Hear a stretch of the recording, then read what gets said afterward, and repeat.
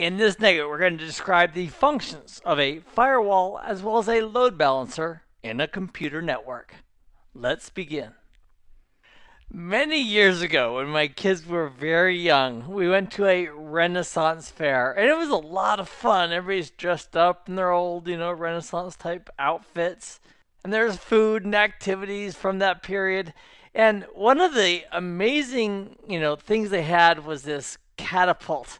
They had this huge catapult, and they were doing demonstrations. So they were loading up the catapult and firing it. And whenever they shot in the air, of course, comes back down due to gravity. And unbeknownst to me, as we were walking up there as a family towards this catapult, they were just launching something as we were walking up to it. And as I saw this object up in the air and then coming down, I thought it was coming right down at my kids. And so, what is a father to do, right? I just run at the kids, bowl them over to get them out of the way and to protect them with my own life if necessary. Now, as it turns out, it was a pine cone that really wouldn't have done a whole bunch of damage. And secondly, it didn't even drop where they were. But my kids and my wife to this day have a really good laugh about it every time they think about Dad trying to protect the family. In our high-speed networks today, we also have devices that are out there to quote-unquote protect the family. And one of these devices is known as a firewall. Now, if you've ever seen NASCAR or any kind of a car race, you're probably also aware that the driver sits in one part of the car while the engine is in a different part of the car, and then there's a firewall between them. And that's there to protect the driver in one part of the car from the engine in the other part of the car in the event that there's a fire. And so this icon right here represents a firewall. And one of the ways I like to think of a firewall is by thinking of Nancy Reagan's policy regarding drugs. And that was just say no. A firewall's attitude regarding traffic that is trying to come in from the outside is generally speaking a policy of no. Meaning, no, traffic cannot come in from the outside. Now, we might make some exceptions for that general rule. For example, if we have a couple of public-facing web servers right here, we might poke a couple of holes inside this firewall to allow traffic just specifically for those services on those servers, so that John or Jill or some other user on the internet could get access to those resources on those servers. But that's it. And we're going to limit it down to the very minimum, the rule of least privilege that's required for those users to get what they need from these servers. Another very common practice is to chop up our network segments into areas. For example, this area here behind the firewall, we may consider this the inside. And if there's multiple networks here, those would be the inside networks. And then for this area, where we have some servers which we expect the public from the outside to be able to reach, we may call that the DMZ, which is an acronym that stands for the Demilitarized Zone.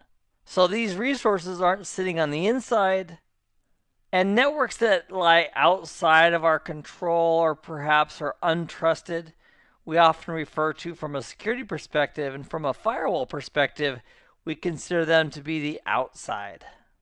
So we could have an inside zone, if you will, a DMZ, and an outside. And the internet, from most customers' perspectives, is absolutely representing the outside networks, the least trusted or untrusted networks that they need to be especially careful about. Another big trend that's happening with firewalls is something called UTM, which stands for Unified Threat Management. And I'm going to give a shout out to two of my favorite vendors for Unified Threat Management. And those are Palo Alto and Checkpoint. They both do an absolutely fabulous job at what they're designed to do. And with Unified Threat Management, we can be looking for a lot of things. For example, we want to be aware and stop anytime personally identifiable information, or PII, Things like social security numbers, individuals' bank card information. We would like to make sure we see that and stop it before that information is leaked out into the internet or to other untrusted networks. So a unified threat management system would have the ability to identify that type of traffic and stop it before it gets out. And that's also a form of DLP, which stands for Data Loss Prevention. We could also set up categories for websites that we don't want our users to go to.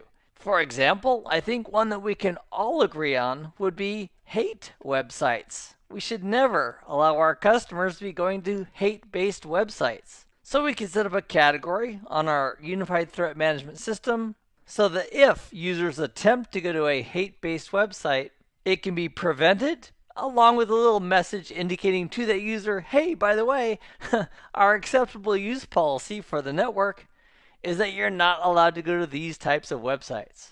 So we're simply going to say here, no hate.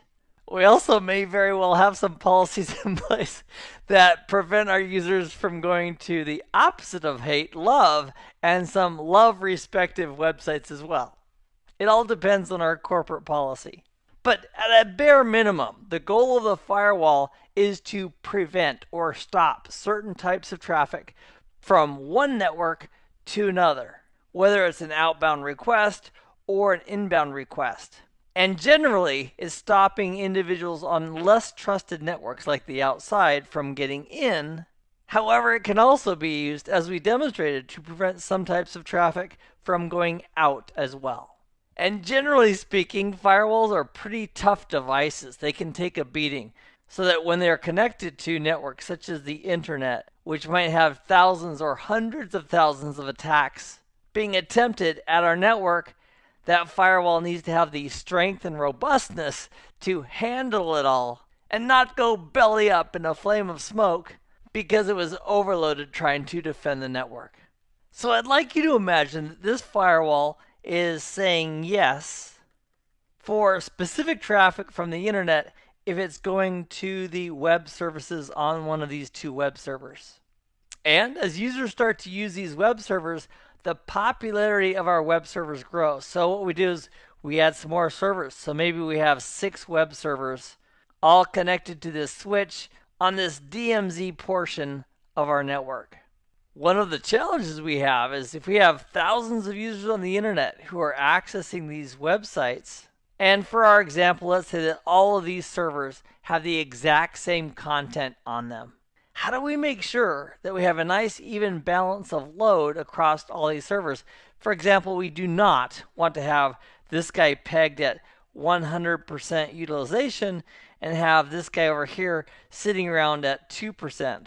This huge imbalance between the utilization between server 1 and server 6 is likely to cause some problems because customers connected to server 1 may get a very slow response or maybe even some timeouts, while users connected to server 6 are likely to have a good response.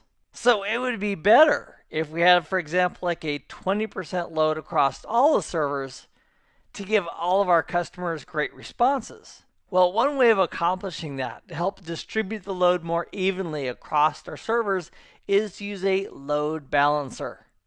Now, to implement a load balancer, we'd want to go ahead and take one we could logically put in our network between the firewall and the servers that we have. Let's say we have 6 servers to play with. They all have the same web content on them. And this device could be either a physical device or a virtualized device. So this is our LB, short for load balancer. And 2 very popular flavors of load balancers that are out there today include F5, which is not only the name of their company, but it also happens to be a key on almost everybody's keyboard. So F5 makes a product for load balancing. And another very popular load balancing device is called the NetScaler. And the NetScaler is made by a company called Citrix. So what we could do on this load balancer, we'd have some type of a virtual server that represents acme.com. So let's say this is www.acme.com. And whenever users on the internet go to www.acme.com, those packets are routed to this load balancer. And then on the load balancer, we can set up the load distribution method. We could say round robin. For example, with round robin, if we have user 1 that makes a request to acme.com for web services, that request is allocated to server 1.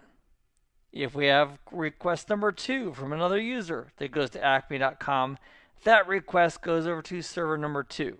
And request number 3 that goes to acme.com, that one is proxied over to server number 3, and so forth. And that would be an example of round robin load balancing. And there's lots of different mechanisms we can have this load balancer use to determine which server to send the request to. It could be on the least number of connections, and there's dozens of other variables that we can use as well. But the overall goal is to have one unified front that the internet sees, and then behind that, multiple servers where we can load balance across those servers, and that helps us to maximize these resources. Instead of having one server that's at 100% utilization and 5 servers that are at 0% utilization, it would be much better to have all of these servers at like 17%. We'll do some rounding there. 17% utilization each. We're going to have a much better result for our customer as a result of doing this load balancing across multiple identical resources. In this nugget, we've described the functions of a firewall as well as a load balancer in a computer network. I've had a lot of fun in this nugget. I'm glad that you joined me for it. I hope this has been informative for you, and I'd like to thank you for viewing.